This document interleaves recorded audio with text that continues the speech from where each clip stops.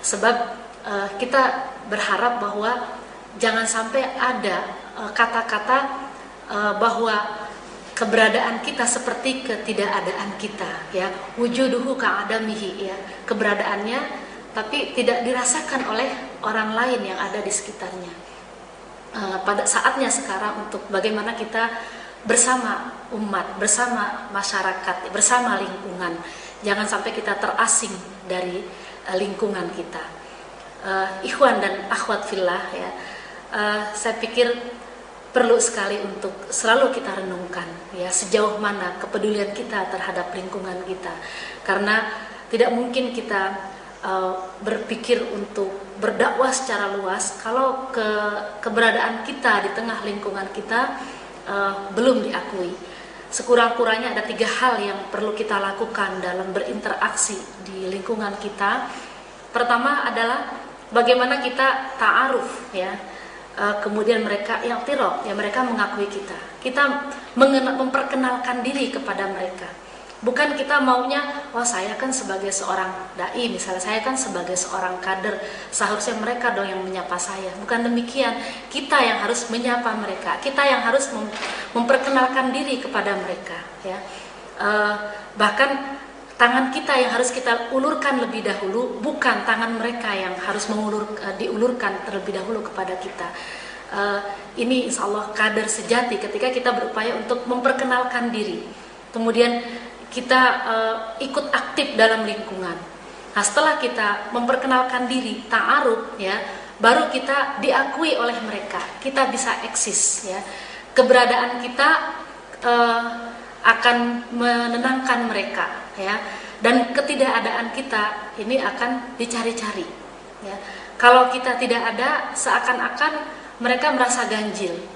Kalau kita berada bersama mereka, mereka merasa genap. Jangan sebaliknya, keberadaan kita terasa mengganjilkan. Misalnya begini, ketika ada satu acara di masyarakat kita, kemudian kita hadir, ada di antara mereka yang mengatakan, oh Ibu Anu datang, oh si Anu datang. Jadi seakan-akan keberadaan kita tidak diharapkan oleh mereka, ya. Kalau seperti itu, maka dakwah kita belum berhasil. Namun kalau misalnya ketika kita datang, bukannya oh, tapi wah alhamdulillah, subhanallah, ya Ibu Anu datang, Pak Anu datang, Ahi Anu datang, maka itulah sebagai satu indikasi bahwa dakwah kita diterima, ya. Jadi bukan ucapan niyah dari mereka, tapi wah, ya. Wah itu berarti keberadaan kita diterima oleh masyarakat kita, dan kita sudah cukup dikenal kebaikannya oleh mereka. Nah, kalau sudah cukup dikenal kebaikan oleh mereka, kemudian kita bisa eksis, ya. Kita selalu berada bersama mereka, bahkan bisa saja mereka menjadikan kita tempat bertanya, kita menjadi referensi mereka, kita menjadi maroji, ya, dalam berbagai masalah sosial di tengah-tengah mereka. Keberadaan kita sebagai dian yang tak kunjung padam, ya, bukan sebagai sesuatu yang membuat mereka menjadi pusing dan sebagainya. Nah, setelah kita eksis, baru kita bisa mewarnai. Nah, apa yang kita warnai? Nilai-nilai Islam yang kita rasakan sangat nikmat dalam kehidupan kita, bisa kita berikan kepada mereka. Warna Islami yang akan kita berikan kepada mereka. Dan hal ini membutuhkan waktu, membutuhkan kesabaran, membutuhkan berbagai potensi yang kita miliki, termasuk bagaimana keterlibatan keluarga kita di tengah-tengah mereka. Bukan hanya seorang dai, tapi keluarga dai, keluarga kader, keluarga ikhwan, keluarga akhwat dirasakan kebaikannya semua oleh masyarakat lingkungan. Jadi bukan misalnya Bapak Anu baik tapi keluarganya tidak. Tapi yang ada adalah yang disebut oleh mereka bukan Pak Anu, tapi keluarga Pak Anu itu keluarga baik-baik. Kenapa? Karena ternyata bukan hanya sebagai suami terlibat dalam masyarakat, tapi istrinya juga terlibat dalam masyarakat. Bukan hanya suami istri terlibat dalam masyarakat, tapi putra-putri mereka juga ada di tengah masyarakat, terlibat di masyarakat, dan keberadaannya di dalam masyarakat lingkungannya dirasakan oleh semua. Jadi pewarnaan Islam inilah yang kita coba kepada mereka setelah kita tentunya sudah memulai dari kita sendiri, ya. Bagaimana kita tularkan kebaikan Islam ini kepada mereka, dari kedekatan kita kepada Allah ya, kemudian terwujud dalam sikap kita sehari-hari. Karena orang yang sholatnya baik ya, komunikasinya dengan Allah baik, komunikasi kepada yang ada di bawah juga baik. Seorang yang komunikasinya terhadap yang di atas, yang di langit baik, maka komunikasinya terhadap yang ada di bumi akan baik. Jadi tidak mungkin kalau seorang itu sholatnya baik, maka perilakunya akan kasar atau dirasakan kasar oleh masyarakat. Seorang yang sholatnya baik misalnya, maka perilakunya itu sesuai dengan nilai sholatnya. Karena inna sholata tanha anil fahsya'i wal munkar, sungguhnya sholat itu mencegah dari perbuatan keji dan mungkar. Begitu pula keberadaan kita yang lain, bukan hanya sekedar sholat ya, tilawah kita juga dirasakan oleh mereka ya. Tadi saya katakan, ketika misalnya hubungan kita dengan Allah baik, maka dengan manusia akan baik ya. Ketika kita banyak tilawah Quran, maka bahasa yang kita pakai untuk berkomunikasi dengan sesama, insya Allah akan terasa nilai-nilai Quraninya. Kita akan berkata-kata positif ya, berkata-kata santun di tengah-tengah mereka, sehingga memang dirasakan oleh mereka bahwa kata-kata kita adalah wejangan, bukan kata-kata kita adalah fitnah. Itu yang harus kita hindari. Begitu pula bagaimana ketika misalnya seorang kader ya berada di lingkungannya dan dia memiliki harta yang lebih dibandingkan masyarakatnya, kepedulian ini juga akan dirasakan oleh masyarakatnya. Sehingga misalnya keberadaan seorang kader atau seorang dai atau seorang ikhwan atau seorang akhwat ya, itu selalu ditunggu-tunggu oleh masyarakatnya. Karena kader dakwah kita ya tidak pernah punya rasa sikap bakhil ya, walaupun bakhil itu memang ada pada diri setiap manusia ya. Sampai ketika Rasul ditanya oleh sahabat, apa yakunul mu'minu jubanan, mungkinkah seorang mukmin itu pengecut? Rasulullah mengatakan na'am, iya. Apa yakunul mu'minu bakhilan, mungkinkah seorang mukmin itu bakhil ya? Maka Rasulullah menjawab na'am, iya. Tapi ketika Rasulullah ditanya apa yakunul mu'minu kadzaban, mungkinkah seorang mukmin itu berdusta ya? Rasulullah menjawab la.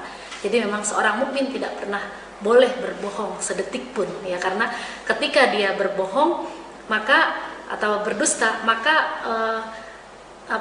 imannya hilang, terutama iman kepada Allah dan kepada sifat Allah Maha mendengar dan Allah Maha melihatnya. Ketika dia berbohong, dia tidak sadar bahwa Allah melihat apa yang dia ucapkan.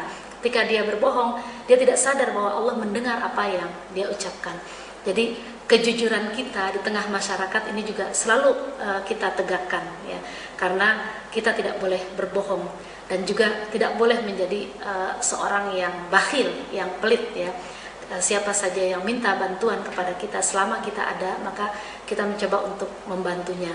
Karena dalam sebuah buku Peran Dakwah Muslimah misalnya, dikatakan bahwa seorang muslimah ketika tangganya meminta bantuan kepadanya, maka sekalipun dengan berhutang ya, dia mencoba untuk membantunya ya. Insya Allah hutang yang diberikan untuk kepentingan tetangga, dan ini juga sekedar ya misalnya, maka itu juga akan menjadikan keberkahan dan dia akan mendapatkan pahala yang berlipat ganda dari Allah Subhanahu wa taala.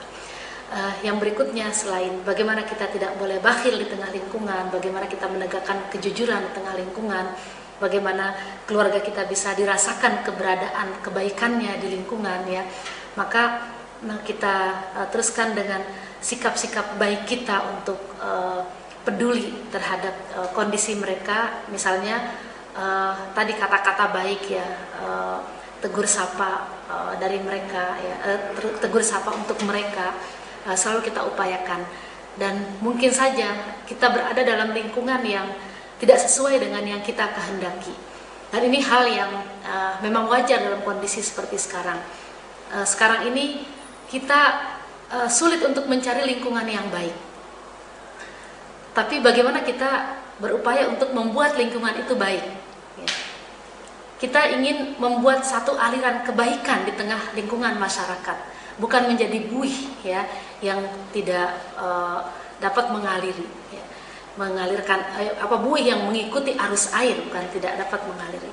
Jadi kita upayakan ketika lingkungan kita buruk, kita tetap baik, bukan kita menjadi seorang yang kalau lingkungan baik kita menjadi baik, kalau lingkungan buruk kita menjadi buruk ya. Kita tidak demikian. Kita upayakan kalau lingkungan kita baik, kita menjadi lebih baik lagi. Kalau lingkungan kita tidak baik, kita tetap ya istiqomah dalam kebaikan, dan bahkan ingin menularkan kebaikan-kebaikan itu kepada mereka. Saya ingat sekali kata-kata Pak Nasir ya, pada masa hidupnya beliau mengatakan bahwa kita sebagai kader dakwah ya hendaknya seperti ikan di laut ya, tidak asin walaupun berada dalam air yang asin. Nah, sebagai kader dakwah kita juga berupaya untuk demikian. Sekalipun lingkungan kita tidak baik, kita berupaya untuk tetap istiqomah dalam kebaikan dan bersabar dalam menghadapi lingkungan yang tidak baik ya.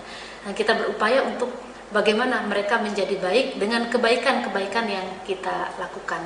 Insya Allah ketika kedekatan kita kepada Allah ya sangat baik, maka insya Allah upaya kita untuk memperbaiki lingkungan juga menjadi mudah.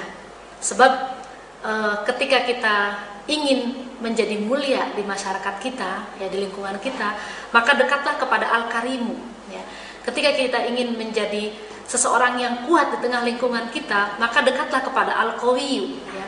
Ketika kita ingin mendapatkan kehormatan di tengah lingkungan kita, maka kita juga harus dekat kepada Al-Fadilu ya, atau Al-Karimu. Ini yang mungkin bisa menjadi renungan kita semua. Wallahu a'lam bishawab. Billahi taufiq wal hidayah. Wassalamualaikum warahmatullahi wabarakatuh.